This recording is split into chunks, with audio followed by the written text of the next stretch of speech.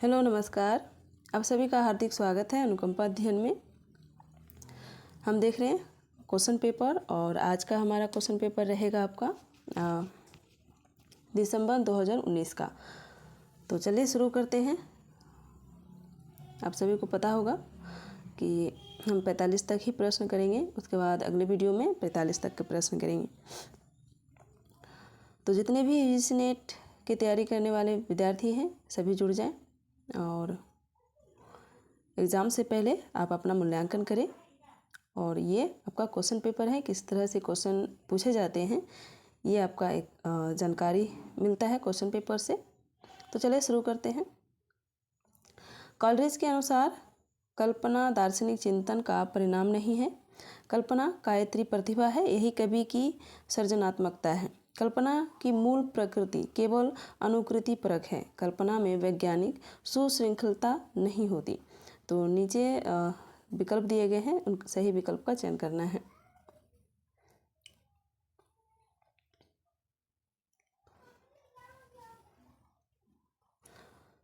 तो इसका सही विकल्प हो जाएगा बी और डी। कल्पना गायत्री प्रतिभा है, यही कवि की सृजनात्मकता है। और डी है कल्पना में वैज्ञानिक श्रृंखलता नहीं होती। तो ये दोनों कॉलरिज के अनुसार कल्पना के विषय में कहा गया है।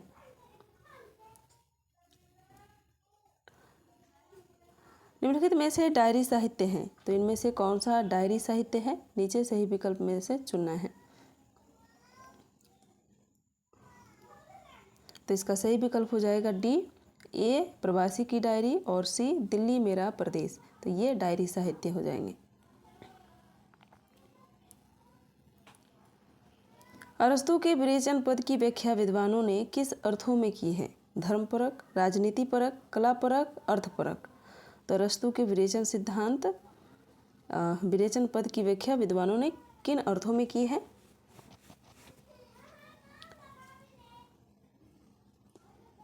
तो इसका सही विकल्प हो जाएगा ए धर्मपरक और कलापरक।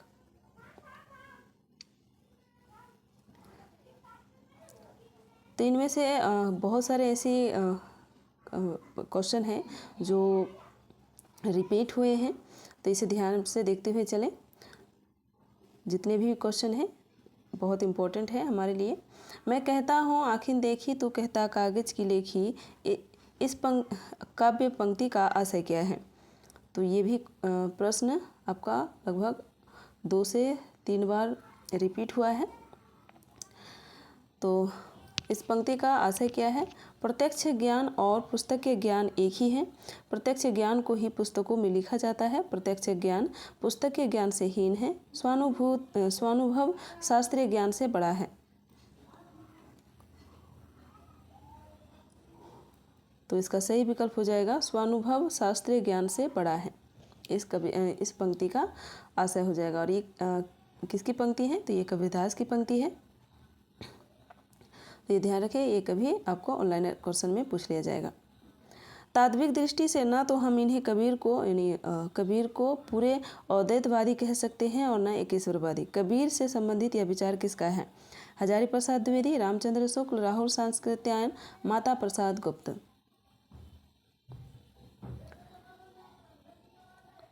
तो 5 का सही आंसर हो जाएगा बी रामचंद्र शुक्ल का। गीत फरोश में कवि क्या कहना चाहता है?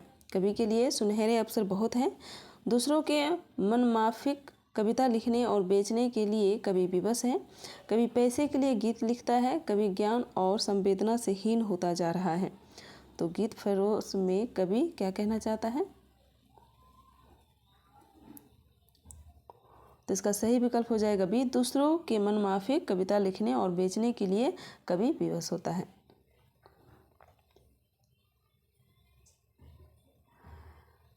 कीने हूँ कोरिक जतन अब कही काड़े कोनू, भो मन मोहन रूपू मिली पानी में को लोनू। इस दोहे के संबंध में क्या सही है? तो ये दोहा कही गई है और इसके संबंध में सही क्या है, इसमें नायिका का कृष्ण के प्रति अनन्य प्रेम व्यंजित है। नायिका के मन रूपी सरोवर में कृष्ण का लावण्य पानी में नमक की तरह घुल गया है। कृष्ण की रूपाशक्ति से नायिका अपने मन को अलग करना चाहती है। कौरिक का अर्थ है कचोटना। तो नीचे विकल्प दिया गया है। तो 7 का सही विकल्प कौन सा हो जाएगा? तो इसका सही विकल्प हो जाएगा डी, पहला और दूसरा। इसका सही दोहे का सही अर्थ हो जाएगा। इसमें नायिका का कृष्ण के प्रति अनन्य प्रेम व्यंजित है और नायिका के मन रूपी सरोवर में कृष्ण का लावण्य पानी में नमक की तरह घुल गया है।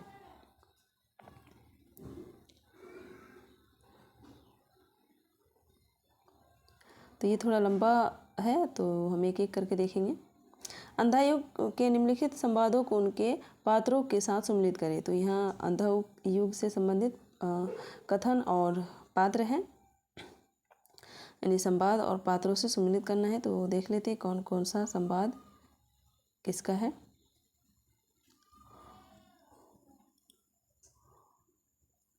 तो यहाँ कथन और पात्र दिख रहे हैं, तो आप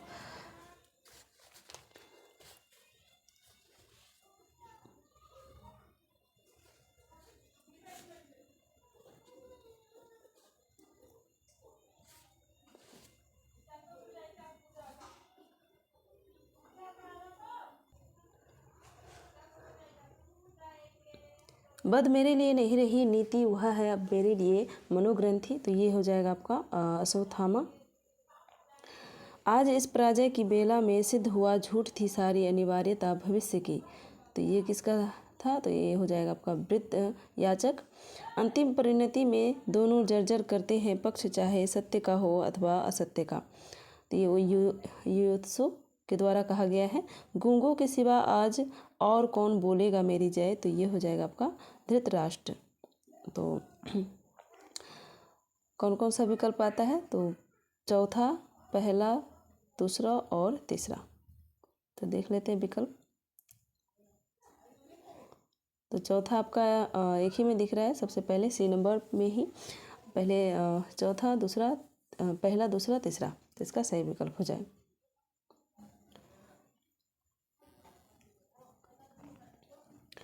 तलाकशुदा माता पिता की संतान की मानसिकता पर आधारित उपन्यास है। तो ये 2 से 3 बार क्वेश्चन पूछा गया है।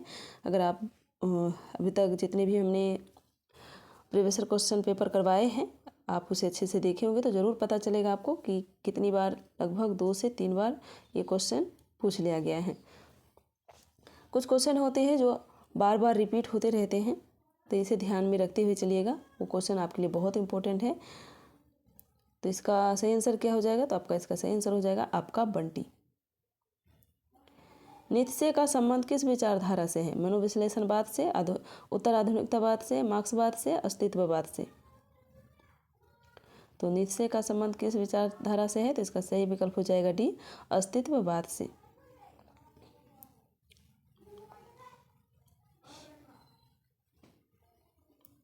अगला प्रश्न है, प्रकाशन काल के अनुसार निम्नलिखित निबंध संग्रहों का सही अनुक्रम बताना है। तो निबंध संग्रहों का सही अनुक्रम कौन सा है? तो पहले हम देख लेते हैं इनके प्रकाशन वर्ष। श्री की याद आई, ये हो जाएगा 1995 की रचना, और एक इसकी है विद्यानिवास मिश्र।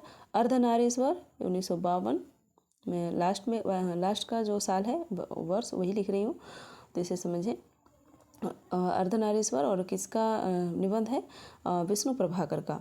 अशोक के फूल, इसे आप पता ही होगा, आपका हो जाएगा ये हजारी प्रसाद द्विवेदी, और 1948 की रचना है। श्रृंखला की कड़ियाँ, महादेवी वर्मा, ये 1942 की है। तो जितने भी हैं निबंध संग्रह है, और ये ध्यान रखें किन किन की है। श्री की याद आई, ये विद्यानिवास मिश्र। अर्धनारीश्वर विष्णु प्रभाकर 1952 का। अशोक के फूल हजारी प्रसाद द्विवेदी 1948, और श्रृंखला की कड़ियाँ 1942 महादेवी वर्मा। तो कौन सा सही हो जाएगा? सबसे पहले कौन आ जाएगा आपका? श्रृंखला की कड़ियाँ। तो श्रृंखला की कड़ियाँ किस में दिख रहा है? तो आपका एक ही में दिख रहा है, तो इसका सही विकल्प हो जाएगा सी, श्रृंखला की कड़ियाँ, अशोक के फूल। उसके बाद आ जाएगा अर्धनारीश्वर और श्री की याद आई।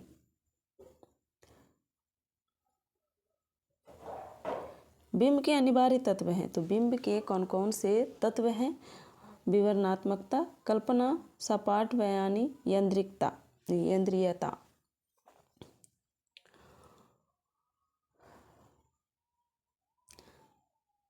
तो इसका सही विकल्प हो जाएगा ए, कल्पना और इंद्रियता, ये दो बिंब के अनिवार्य तत्व हैं। तो इसे ध्यान रखें, ये ऑनलाइन क्वेश्चन या इसी तरह के विकल्प संबंधित प्रश्न, कूट से संबंधित प्रश्न पूछ लिए जाते हैं। तो फिर से हमको प्रकाशन वर्ष के, तो ये उपन्यासों का प्रकाशन वर्ष के अनुसार सही अनुक्रम लगाना है। तो इसे आप अगर देखें तो ऐसे भी इसका आप क्रम लगा सकते हैं। तो सबसे पहला कौन आ जाएगा? परीक्षा गुरु, तो 2 में है। उसके बाद तमस बहुत बात की रचना है, तो सबसे पहले गोदान आ जाएगा। तो देख लेते हैं इसका प्रकाशन वर्ष, ये 1882 की रचना है। गोदान 1936 और शेखर एक जीवनी 1941 में पहला प्रकाशन हुआ था इसका, और 1944 में दूसरा। तो ये गे की रचना हो जाएगा 1941। तमस ये हो जाएगा 1973 की रचना। किसका है? भीष्म साहनी का। तो ये जितनी भी रचनाएं हैं ये आपके पाठ्यक्रम में दिए गए हैं और इन सभी को पढ़ना है, और इनसे पात्र से संबंधित, कथन से संबंधित प्रश्न अधिकतर पूछे जाते हैं उपन्यास से। परीक्षा गुरु 1882 श्रीनिवास दास का उपन्यास। गोदान ये आपको पता ही है 1936 प्रेमचंद्र का। शेखर एक जीवनी 1941 में पहला प्रकाशन और दूसरा प्रकाशन 1944 में, और एक इसका उपन्यास है अज्ञेय का। तमस 1973 में भीष्म साहनी का हो जाएगा। तो इसका सही क्रम कौन सा दिख रहा है आपका? तो यही ए नंबर इसका सही क्रम हो जाएगा। अगला प्रश्न है कि स्थापना और तर्क दिया गया है। तो स्थापना और तर्क देखते हैं और नीचे सही विकल्प का चयन करना है। स्थापना है, काव्य का सर्वस्व अलंकार है। तर्क दिया गया है, क्योंकि केवल अलंकारों से ही कविता कामनी का आंतरिक और बाह्य सौंदर्य निखरता है। तो ये ध्यान रखें कि यहाँ ये चीज़ जहाँ भी आपको दिखे, ये जहाँ भी दिखे इसे काट दें। यानी इस तरह के जो प्रश्न हैं, केवल, एकमात्र, ऐसे प्रश्न हमेशा गलत होते हैं। तो 14 का सही विकल्प कौन सा हो जाएगा? और काव्य का सर्वस्व अलंकार है, तो ये भी है, काव्य का सर्वस्व अलंकार नहीं हो सकता। तो इसका सही विकल्प हो जाएगा आपका सी, यानी दोनों गलत हो जाएगा। निम्नलिखित में से किस कहानी में नौकरी के सिलसिले में बाहर रहने के कारण गजाधर बाबू की लंबी अनुपस्थिति उन्हें परिवार के ढांचे से बाहर कर देती है? चीफ की दावत, वापसी, दोपहर का भोजन, बूढ़ी काकी। तो इसका सही विकल्प हो जाएगा वापसी। जब वो रिटायर होकर घर आता है तो उन्हें परिवार में रहने की इच्छा, यानी एक अनुसार से वो अपने आप को सबसे अलग पाता है, घुल मिल नहीं पाता है। तो इस तरह के जब वो वापस आने के कारण परिवार के ढांचे से बाहर कर दी जाती है। अगला है, इस मेले का मुख्य उद्देश्य है कि व्यापार की वृद्धि हो। यह किस प्रकार का वाक्य है? संयुक्त वाक्य, मिश्र वाक्य, साधारण वाक्य या उद्देश्य वर्धक वाक्य?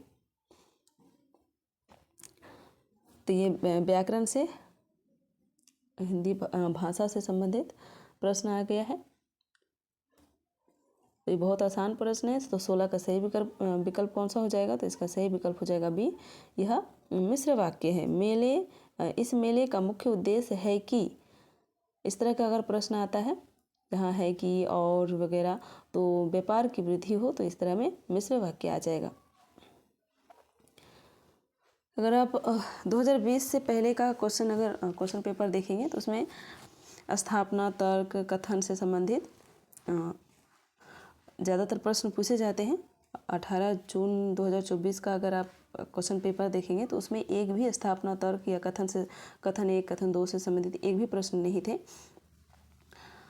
तो हो सकता है कि आगे इस बार नहीं पूछा गया, तो अगला जो एग्ज़ाम आने वाला है उसमें पूछ लिया जाए। तो ये सब प्रश्न जरूर देखते हुए चलें।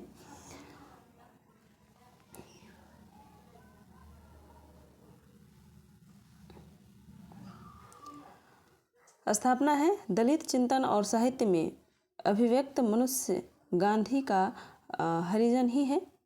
तर्क है क्योंकि दलित साहित्य में मुख्यतः बाबा साहब अम्बेडकर के सामाजिक राजनीतिक चिंतन को अपनाया गया है। तो इसका सही विकल्प कौन सा हो जाएगा? तो इसका सही विकल्प हो जाएगा ये स्थापना गलत है और तर्क सही हो जाएगा।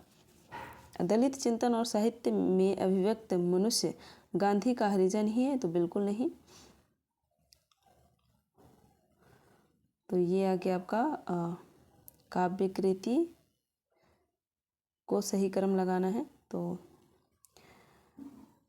प्रकाशन वर्ष की दृष्टि से निम्नलिखित काव्य कृतियों का सही अनुक्रम बताना है। तो इसका प्रकाशन वर्ष जानना जरूरी है। तो देख लेते हैं विष्णुप्रिया। तो मैं वर्ष सिर्फ लास्ट 2 वर्ष ही लिखूंगी, 2 अंक। ये 1957 और इसकी किसकी रचना है? मैथिली शरण गुप्त। कुकुरमुत्ता ये हो जाएगा 1942 की रचना निराला की। और चांद का मुंह टेढ़ा है 1964 की रचना है और एक किसकी है? मुक्तिबोध का। आंगन के पार द्वार ये गे की रचना हो जाएगी 1961 में। सभी 1900 में लिखा गया है, तो ये आ जाएगा आपका 1957। कुकुरमुत्ता 1942, चांद का मुंह टेढ़ा है 1964 और आंगन के पार द्वार 1961 गे की रचना। तो कौन सा सही हो जाएगा? सबसे पहला कुकुरमुत्ता किस में दिख रहा है? तो बी दिख रहा है आपका कुकुरमुत्ता। तो आपका सही विकल्प हो जाएगा 18 का बी। चलते हैं आगे। शास्त्रानुसार अर्थ प्रकृति के प्रकार हैं। शास्त्रानुसार अर्थ प्रकृति के प्रकार कौन कौन से हैं? यत्न, विमर्श, बिंदु, बीज। नीचे विकल्प दिए गए हैं, सही विकल्प का चयन करना है। तो इसका सही विकल्प हो जाएगा सी, बिंदु और बीज। ये आ जाएगा आपका अर्थ प्रकृति के प्रकार।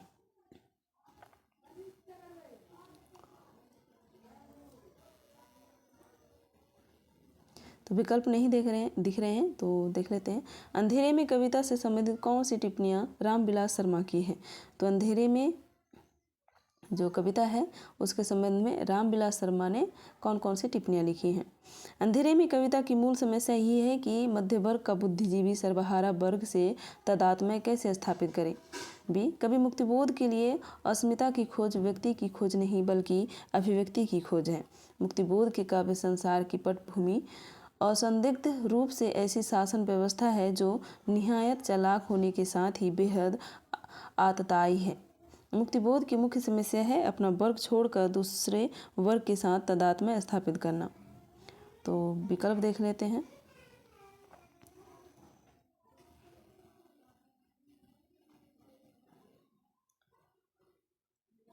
तो इसका सही विकल्प हो जाएगा आपका डी, यानी ए और डी। अंधेरे में कविता की मूल समस्या ही है कि मध्य वर्ग का बुद्धिजीवी सर्वहारा वर्ग से तादात्म्य कैसे स्थापित करे। और उसके बाद डी, मुक्तिबोध की मुख्य समस्या है अपना वर्ग छोड़कर दूसरे वर्ग के साथ तादात्म्य स्थापित करना। तो ये दोनों रामविलास शर्मा का टिप्पणी हो जाएगा अंधेरे कविता के संबंध में।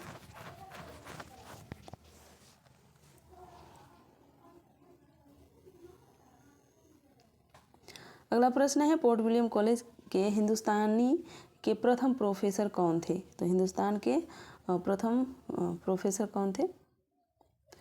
Gilchrist, Pincott, William Jones, Grierson.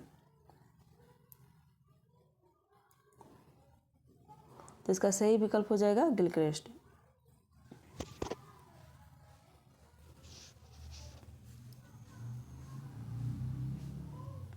अगला प्रश्न है, सिद्धों से संबंधित रामचंद्र शुक्ल के कौन से कथन सही हैं? तो सिद्ध के संबंध में आचार्य रामचंद्र शुक्ल ने कौन कौन से कथन दिए हैं? तो इनमें से कौन सा सही है? वज्रयान में आकर महासुखवाद का प्रवर्तन हुआ है। नाथपंथ सिद्धों की परंपरा से नहीं निकला। सिद्धों का साहित्य शुद्ध साहित्य के अंतर्गत नहीं आता। सिद्धों की बानियाँ सांकेतिक नहीं हैं। तो 22 का सही विकल्प कौन सा हो जाएगा? तो इसका सही विकल्प हो जाएगा बी, पहला और दूसरा। वज्रयान में आकर महासुखवाद का प्रवर्तन हुआ और नाथपंथ सिद्धों की परंपरा से नहीं निकला। नाथपंथ सिद्धों की परंपरा से नहीं निकला। तो ये दोनों रामचंद्र शुक्ल का कथन हो जाएगा सिद्धों के संबंध में। कवि कर्म और काव्य भाषा किस आलोचक की समीक्षा कृति है? मलयज, रामस्वरूप चतुर्वेदी, परमानंद श्रीवास्तव, प्रभाकर सौत्रेय।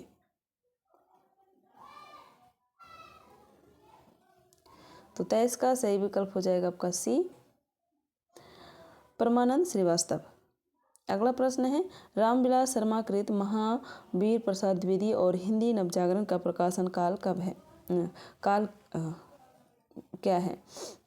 सन 1965, सन 1977, सन 1982, सन 1972। तो इसका सही विकल्प हो जाएगा बी, सन 1977। रामविलास शर्मा कृत, तो ये ध्यान रहे कि महावीर प्रसाद द्विवेदी और हिंदी नवजागरण का प्रकाशन काल, नवजागरण ये किसकी रचना है? रामविलास शर्मा का। और ये कब, इसका प्रकाशन काल कब है? तो 1977।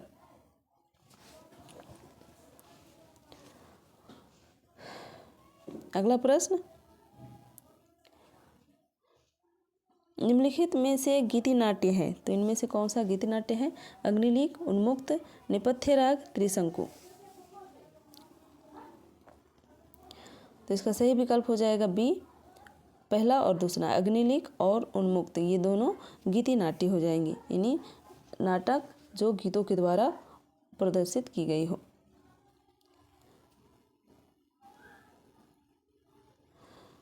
उत्तरकांड के कलयुग प्रसंग में तुलसीदास ने लिखा है, आचरणहीन और वेद विरोधी लोग ज्ञानी और सन्यासी कहलाएंगे। माता पिता अपने बच्चों को मानव धर्म की शिक्षा देंगे। पत्नी के मर जाने और घर गृहस्थी और संपत्ति के नष्ट हो जाने के बाद लूटे पीटे लोग ही संन्यास ग्रहण करेंगे। कलयुग में अच्छा समय होगा और लोग सुखी होंगे। तो कौन कौन सा उत्तरकांड के कलयुग प्रसंग में तुलसीदास ने लिखा है? तो नीचे विकल्प है, सही विकल्प का चयन करना है।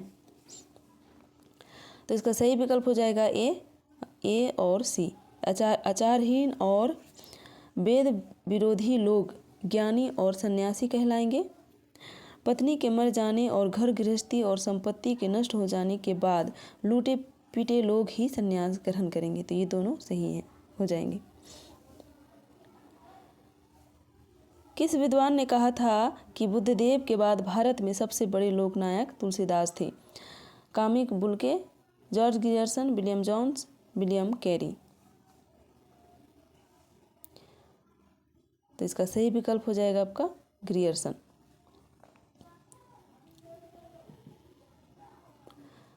अगला प्रश्न है, जेहि पंखी के नियर होई कहे बिरह के बाद, सोई पंखी जाई जरी तरीवर हुई निपात। तो ऊहात्मकता के अतिरिक्त उक्त पंक्तियों में व्यक्त भाव की क्या विशेषता है? तो इसमें ध्यान रखें कि इस पंक्ति में ऊहात्मकता ऊहात्मकता है, और इन पंक्तियों इसके अतिरिक्त और किस भाव की विशेषता रही है? इसमें प्रेम की विलक्षणता नहीं है, कभी वेदना के स्वरूप विश्लेषण में नहीं, ताप की मात्रा नापने में प्रवृत्त है। इसमें विरहताप के वेदनात्मक स्वरूप की अत्यंत विशद व्यंजना की गई है। इसमें संतरास युक्त श्रृंगार के कारण स्वाभाविक प्रेस की व्यंजना नहीं हुई है। तो 28 का सही विकल्प कौन सा हो जाएगा? तो इसका सही विकल्प हो जाएगा, इसमें विरहताप के वेदनात्मक स्वरूप की अत्यंत विशद व्यंजना की गई है। तो उसी में होता है कि जो ऊहात्मकता की जहाँ स्थान दी जाती है, उसमें बढ़ा चढ़ाकर बातें बताई जाती हैं। अगला प्रश्न है कि निम्नलिखित काव्य पंक्तियों को उनके रचनाकारों के साथ सुमेलित करना है। पंक्तियाँ दी गई है और रचनाकार, तो सारी पंक्तियाँ नहीं दिख रही हैं, तो हम अब ठीक है। तो 29 का सही विकल्प तो नहीं दिखेंगे, तो पहले देख लेते हैं। कौन परी या बानी अरी और गुलगुली गिल में गलीचा, सेवर सिपाही हम उन राजपूतन के दान, अभिधा उत्तम काव्य है मध्य लक्षणालीन। तो ये जितने भी हैं, ये आपका रीतिकाल के कवियों के काव्य पंक्तियाँ हैं और कवि हैं। तो कौन पर ही अबानी अरि नित निर्भरी गगरी ढरकावे, तो ये किसका हो जाएगा, ये प्रताप शाही। तो 1 का 4 हो जाएंगे।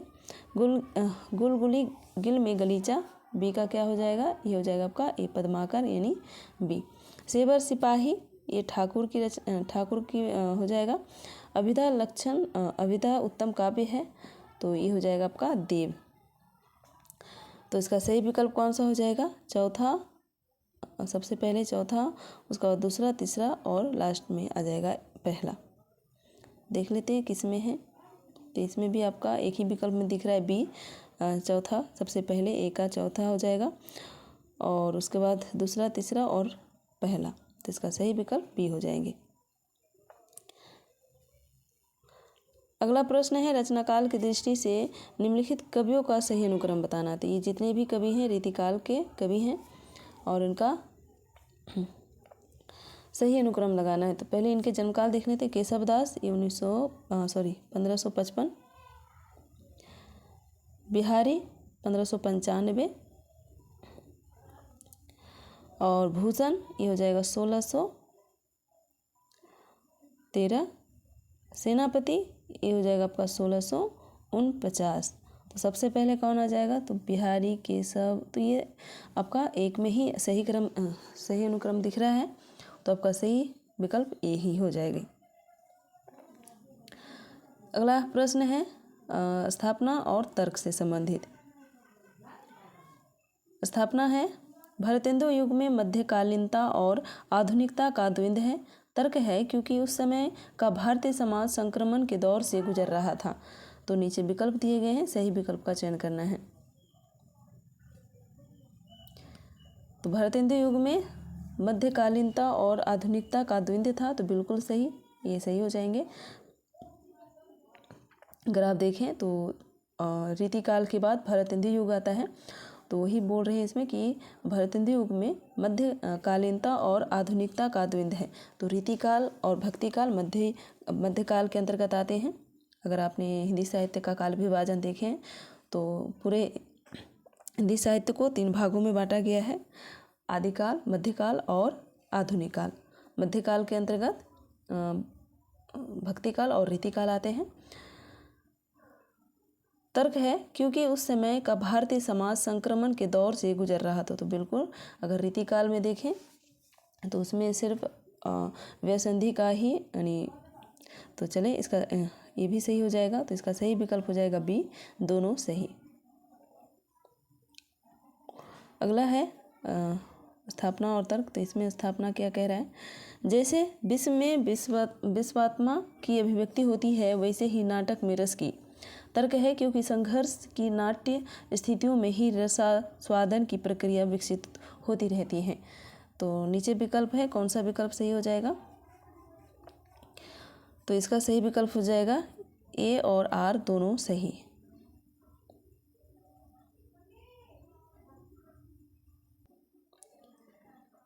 भीष्म साहनीकृत तमस उपन्यास का कथानक किन मुख्य विषयों पर केंद्रित है। विभाजन की त्रासदी, सामाजिक विषमता, स्त्री विमर्श, सांप्रदायिक विद्वेष। तो 33 का सही विकल्प हो जाएगा आपका ए।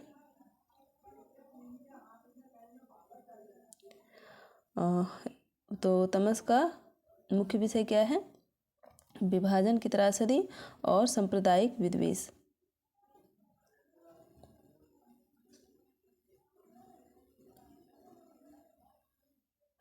अगला प्रश्न है, कथन दिए गए हैं संवाद किसी नाटक का, तो देख लेते हैं।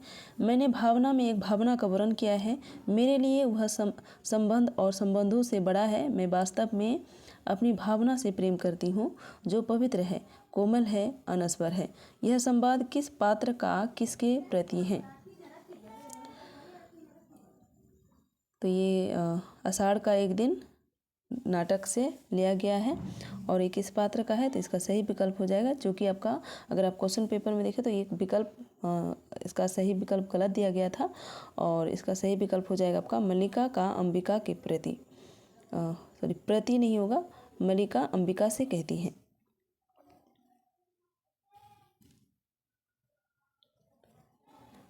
अफ्रीका में रंगभेद तथा उपनिवेशवादियों की स्थानीय और भारतीय मूल के निवासियों के प्रति घृणा और क्रूरता का मार्मिक चित्रण किस उपन्यास में किया गया है?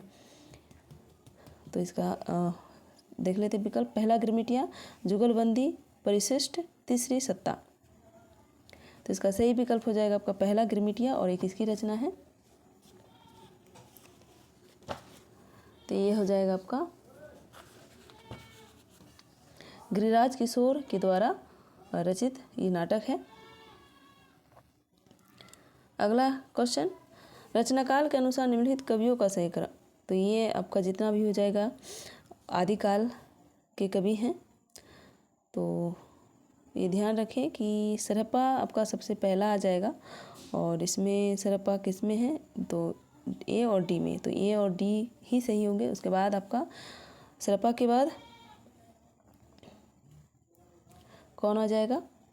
तो देख लेते हैं। सरहप्पा 8वीं शताब्दी, पुष्यदंत ये हो जाएगा 10वीं, अब्दुर्रहमान अब्दुल-रहमान जिसका दूसरा नाम है ये 11वीं 12वीं, और लुइपा आ जाएगा 8वीं शताब्दी यानी 773 इसका जन्मकाल माना जाता है। तो सबसे पहले आ जाएगा, तो ये इसका सही विकल्प हो जाएगा आपका डी, सरहप्पा, लुइपा, पुष्यदंत, अब्दुर्रहमान।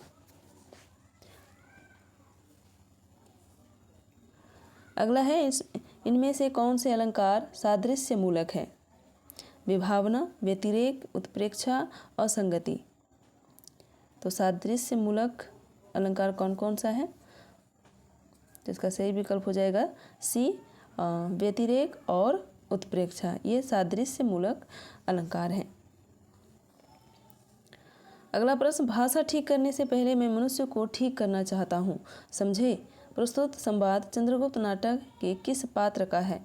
तो ये अगर आप 2023 का क्वेश्चन पेपर देखेंगे तो ये क्वेश्चन पूछा गया है, और 19 में भी पूछा गया है। तो ये रिपीटेड क्वेश्चन है। तो इसका सही विकल्प हो जाएगा ये चंद्रगुप्त नाटक का संवाद है, और ये किसके द्वारा कहा गया है? तो ये चाणक्य द्वारा है। चाणक्य कहते हैं कि मैं भाषा ठीक करने से पहले मनुष्य को ठीक करना चाहता हूँ। हिंदी में प्रचलित सिफारिश किस भाषा का शब्द है? हिंदी, फारसी, अरबी, तुर्की। तो इसका सही विकल्प हो जाएगा अरबी। अगला प्रश्न, प्रकाशन काल के अनुसार निम्नलिखित कहानियों का सही अनुक्रम। तो ये कहानियाँ हैं और इनका प्रकाशन वर्ष क्या हो जाएंगे? तो परिंदे ये हो जाएगा। मैं इसका लास्ट 2 साल ही ये सारी 1900 की रचना है। तो परिंदे 1960 की रचना, ईदगाह 1933, और परिंदे किसके हैं? निर्मल वर्मा, ईदगाह प्रेमचंद्र 1933 की रचना है। आकाशदीप जयशंकर प्रसाद ये 1929 की रचना है। उसने कहा था गुलेरी की रचना, और ये 1915। तो सबसे पहला कौन आ जाएगा? उसने कहा था, तो आपका बी में ही दिख रहा है। और उसने कहा था आकाशदीप, उसके बाद ईदगाह, परिंदे लास्ट में हो जाएंगे।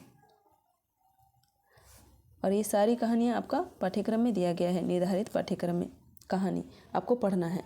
भारतीय संविधान के किस अनुच्छेद के अनुसार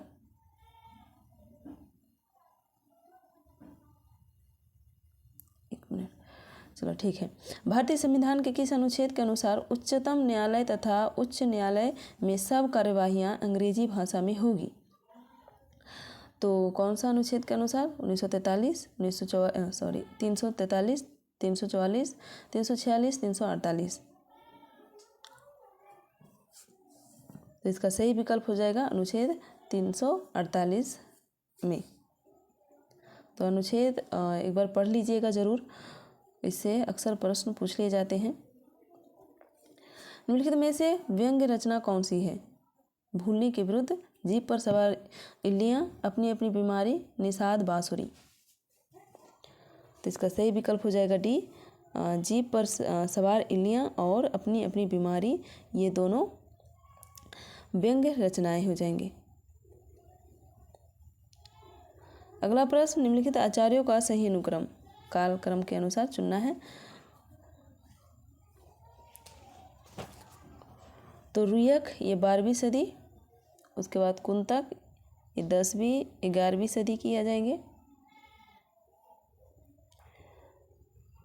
11वीं सदी, आनंदवर्धन ये 9वीं सदी का, और दंडी ये 7वीं सदी। तो सबसे पहले कौन हो जाएगा? दंडी। तो दंडी किस में है? तो डी आपका सही आंसर हो जाएगा 43 का। दंडी आनंदवर्धन कुंतक रुयक, और ये भारतीय काव्य शास्त्रीय आचार्य हैं। अगला है सिद्ध हेमचंद्र शब्दानुशासन किस तरह का ग्रंथ है? व्याकरण संबंधी, ज्योतिष संबंधी, साहित्यक, धार्मिक। तो यहाँ एक चीज़ को ध्यान रखें, शब्दानुशासन यानी ये शब्दकोश है, और 44 का ये व्याकरण संबंधी ग्रंथ है। तो शब्द अनुशासन से ही समझ लें कि शब्द किस में आते हैं। भाषा और भाषा व्याकरण से शुद्ध होता है, तो ये इस तरह जोड़कर आप इसे याद कर सकते हैं। अगला है अच्छी हिंदी बस एक ही व्यक्ति लिखता था, यह कथन किस आलोचक ने किसके बारे में कहा था? हजारी प्रसाद द्विवेदी ने निराला के बारे में। ये प्रश्न भी शायद रिपीट हुआ है, अगर आप देखें तो ज़रूर कमेंट में बताएं कौन सा क्वेश्चन किस साल के क्वेश्चन पेपर में ये पूछा गया है। शायद मुझे थोड़ा कंफ्यूज है, तो इसका सही विकल्प कौन सा हो जाएगा? 45 का। तो महावीर प्रसाद द्विवेदी ने बाल मुकुंद गुप्त के बारे में कहा है। तो हमारा आज हमारा 45 तक प्रश्न हो गया है। हम आगे के जो अगला प्रश्न है 46वां प्रश्न से अगला वीडियो में करेंगे, और जितने भी चीज़ों को हम एक एक करके समझते हुए चलेंगे, जैसे प्रकाशन वर्ष, रचनाओं को। अगर कोई इसमें अगर किसी तरह का त्रुटि हो तो ज़रूर आप कमेंट में हमें बताएं कि कहीं इधर उधर से हो ही जाती है लगभग हम जल्दी के कारण, या फिर ये तो हमें कहीं से मिस्टेक, किताबों में कुछ चीज़ें गलत भी टाइप किया हुआ रहता है। तो हमें ऐसा एक बार हो चुका था, इसलिए मैं कहना चाहूँ, और इसे मैं बहुत ध्यान से लाने का प्रयास कर रही हूँ। फिर भी अगर हो जाए, मुझे नहीं लगता है कि हो, फिर भी चले। तो आप सभी को अगर वीडियो अच्छी लगी हो तो ज़रूर शेयर, लाइक, सब्सक्राइब ज़रूर कर लें, और मिलते हैं अगले वीडियो में। तब तक के लिए आप सभी को बहुत बहुत धन्यवाद।